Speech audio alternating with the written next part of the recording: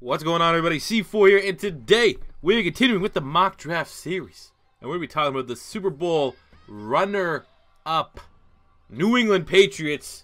And we're going to talk about their mock draft. Now, I had to re-record this because they made the Brandon Cooks trade, which added them another first-round pick, which drastically... It's a pain in the ass. Pain in the ass when you do a mock draft and you got like 20-some teams already done, already uploaded, and then a first-round pick that realistically would shift the entire draft happens. But luckily enough, I think this is not my best mock draft. It definitely would have changed a little bit. But it's a mock draft. It's not something I'm going to absolutely hitch my horse on. And I feel like, given the circumstances, giving the pick, the player that the Rams had to the Patriots, and keeping, the pick 31 that I kept with, We'll see. We'll jump right in. But before we get into the mock draft, though, we need to look at what happened via free agency that shaped up our mock drafts. Looking at what the Patriots brought in. They brought in Danny Shelton. They got him at an absolute bargain. He's a great fit for that defensive front. They're able to re-sign Rex Burkhead, re-sign Patrick Chung. Both those guys very serviceable.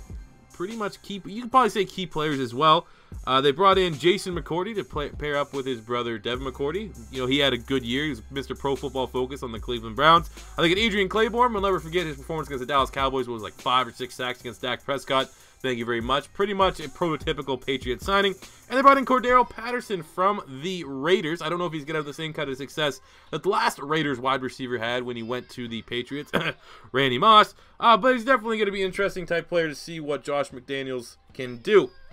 Looking at what they lost, Danny Amendola has gone to the Miami Dolphins. They lost Brandon Cooks in a trade with the Rams. Malcolm Butler has left for the Tennessee Titans. Nate Solder has gone to the Giants. And Deion Lewis has, like Malcolm Butler, gone to the Tennessee Titans. So definitely you could say, looking at it just from what they lost to what they gained, they definitely lost more than they gained. They lost, the starting wide receiver, a starting corner, very valuable running back, key role player in Amendola, and a starting offensive tackle.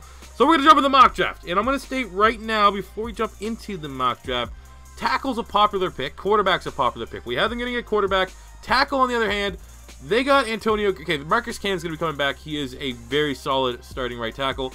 They drafted Antonio Garcia in the 3rd round last year. Garcia was definitely one of the more underrated tight ends, or tackles. I think he was in my top 5.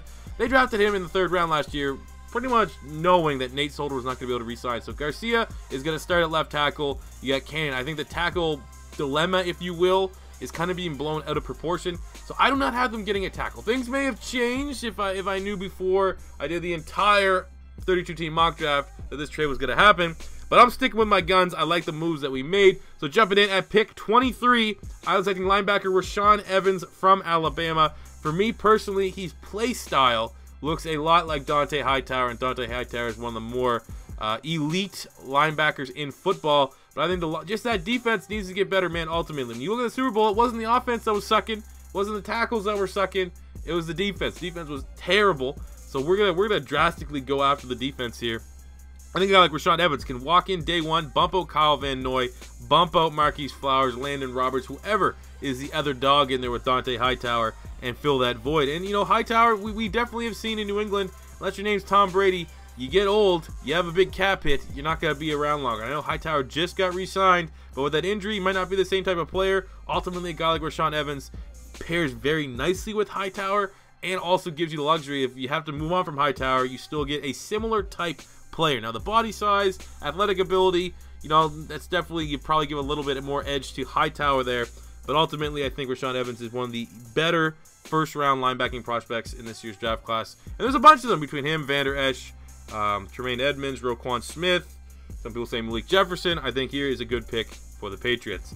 Going to pick 31, I was liking defensive end Marcus Davenport from Texas San Antonio. I have him here classified in terms of depth chart, just edge weapon. He is a guy that Bill Belichick's going to see that he can play outside line. If they play the multiple front there. I don't know what they're planning on doing. They're going to change what they did under Patricia, but let's be honest, it was always Bill Belichick's defense. And, they constantly rotate. It's been, for someone that doesn't watch a whole lot of Patriot games by choice, because where I live, we get all the Patriot games, it's very difficult to see what they run in defense. It's just a multiple front. They run 3-4, 4-3. I think a guy like Marcus Davenport that has an incredibly high ceiling, I think in what is a weak draft class for edge rushers, Davenport might have the highest ceiling out of all the players. I think he can play defensive end 4-3. He could play defensive end, maybe, and grow into his body in a 3-4. He could play outside linebacker in a 3-4. I think just classifying him as an edge weapon, that's what I have written down here. I think Bill Belichick will be, you know, licking his lips if he sees a guy like Marcus Davenport right here. He could be, you know, we don't know how much longer Bill Belichick has, but we all know Bill Belichick has always had tremendous defenses, and he may be able to see Marcus Davenport be his final project before he's ready to hang up. So I think going back-to-back defense is what the Patriots need to do. Going into the second round, pick 43. Here we go. This is gonna tick off a lot of people, I think. Still no tackle, still no quarterback. I'm selecting corner. At 43, Mike Hughes from UCF. I think he can walk in day one, be cornerback 3, be the starting nickel there, which they've had a lot of inconsistencies. Trying to find out, is it going to be Jonathan Jones? Is it going to be Eric Rowe? Cyrus Jones? Who could take over that nickel role? Who could fill in there with McCourty? And you got Gilmore. And, you know, with the loss of Malcolm Butler, you need to get a guy that can contribute right away. And I think that Mike Hughes, day one, could be the starting nickel. But ultimately, Mike Hughes, great athlete, great production, brings some special teams ability. But more importantly, I think he has the upside to play outside in the starting quarterback spot. And I think that because of that versatility, because, you know, you probably will assume McCourty and Gilmore will be the two starters right now at corner. A guy like Mike Hughes can play nickel this year. Then next year with McCourty, he's only on a one-year deal. You might be able to try to have that pairing of Stephon Gilmore and Mike Hughes on the outside. So, 3 hat trick of defense. Surely, with our second round pick at 63, we're going to go offense, right? Wrong. We're going linebacker Josie Jewell from Iowa. I think Bill Belichick is going to fall in love with Josie Jewell. I think ultimately he could come in and be linebacker 3. I think if you stack him up to Kyle Van Noy, Flowers, Landon Roberts again, more so Landon Roberts for the inside role, especially when they go to a 3-4. He's a tackling machine. He has the instincts that a guy like Bill Belichick will absolutely adore. And I think he's a guy that's going to rise up a lot of teams' draft boards. I think linebacker is going to be a premium position here because the big dogs are going to go in the first round. They already grabbed themselves a Rashawn Evans. All the other teams are getting their linebackers early. So there's going to be a drastic rush for linebackers that are talented. That, I mean, realistically, you know, 63 is not a bad valuation for Josie Jewell, but some mock drafts have him going between the second and the fourth round. So there's a little bit of a discrepancy there, but I think ultimately you just got to shore it up. And I just have a gut feeling from what I know as a football fan, I just feel like Hightower's on thin ice. Not in terms of his play style, his importance, especially to, you know, what happened in that game, the Super Bowl against Atlanta Falcons. He was utterly dominant.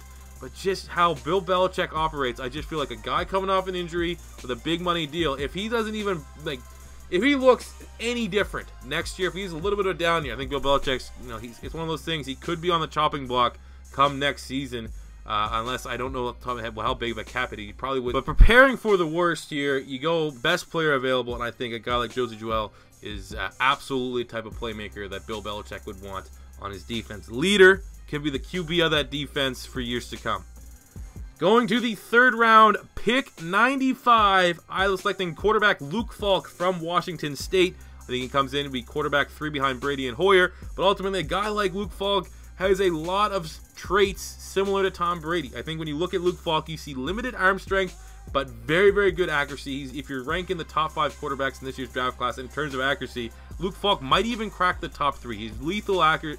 You play in the Washington State, so he can make pretty much every throw in the goddamn playbook that Josh McDaniels could draw from because, you know, it's what he does. He threw the ball 75 times a game. He can execute a lot of similar schemes. I think ultimately, you know, you gotta get, you know, the guy there that could take over for Tom Brady. It's not Brian Hoyer, and you know, like I said, the mock draft could change that first round pick. I've heard some maybe Lamar Jackson or if Josh Allen slips, they might trade up, or in the second round maybe they want to try to trade up and get Mason Rudolph.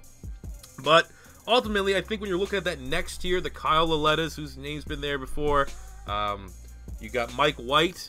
I think Luke Falk might have as safe of a ceiling as any of those guys. I think in terms of what proven production you get, the arm talent, in terms of accuracy, he doesn't have as big of an arm as Mike White, for example.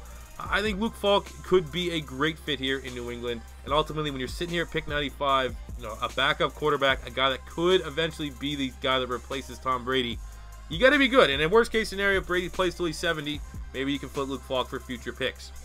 Going now all the way down to the 6th round, we have at pick 198, that's selecting wide receiver Braxton Berrios from Miami.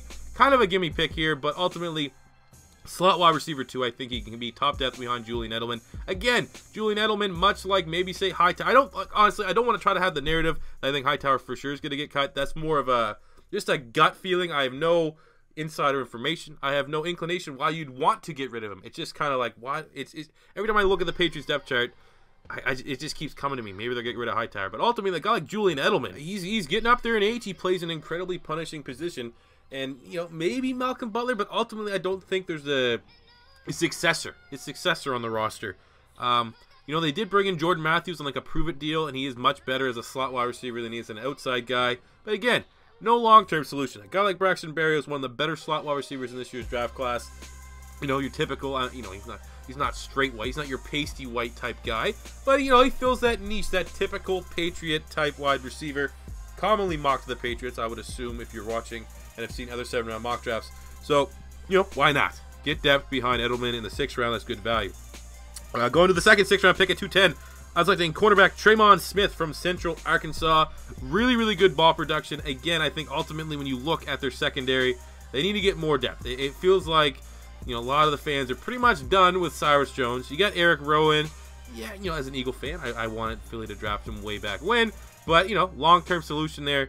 Not great. It's just not great there in New England for their depth. They haven't drafted particularly well at that cornerback spot. Obviously, maybe they hit on Malcolm Butler, but he's no longer on the roster. So I think, you know, getting best player available, best value available. Tremon Smith is a guy whose name's popping up on a lot of teams. He's making a lot of 32 visits for a guy that wasn't invited to the Combine. I believe the Patriots brought him in as well. I think ultimately he can come in and compete for that corner 4, corner 5, final 53 special teams role and be valuable for the Patriots there. Then finish up the draft here in the 7th round, 219. I was selecting running back Justin Jackson from Northwestern. Again, just getting depth for similar type players. I think he can maybe running back 4, running back 5. Great athlete, more of a pass catcher than a between the tackle runner, which, you know, ultimately fills the, you know, the James White type role. I think when you look at the roster, you got Michael Ilsley.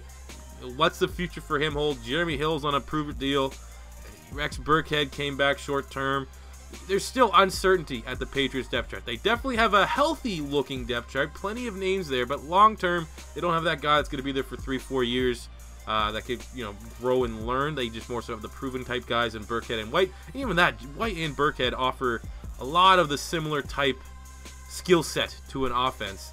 And, you know, they're both no spring chickens. They're both like well into their primes. I think a guy like Justin Jackson kind of fits that mold as well. Get him on the cheap. Could very well throw him on the practice squad and a wait-and-see approach. But ultimately, I feel like in the 7th round, a guy like Justin Jackson, who may, by some people's boards, be, you know, a 4th round, 5th round, 6th round talent. You go best player available here, and you fill in at running back. So there you go, guys. That is my Patriots mock draft.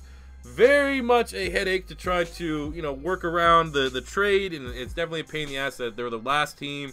Mock draft was already set, but I still think ultimately, for what it is, I think it's good for me. Ultimately, watching the Super Bowl, I think they have to go all in on defense. Make that defense that much better. And there you go. So I definitely want to hear from you guys. What do you feel about this mock draft? If you agree, disagree with any of the picks, let me know in the comment section below. If it's your first time stopping by, don't be afraid to hit that subscribe button. Smash the like button if you enjoy. And until next time, C4 saying it's draft week, baby. Get hype. Let's go.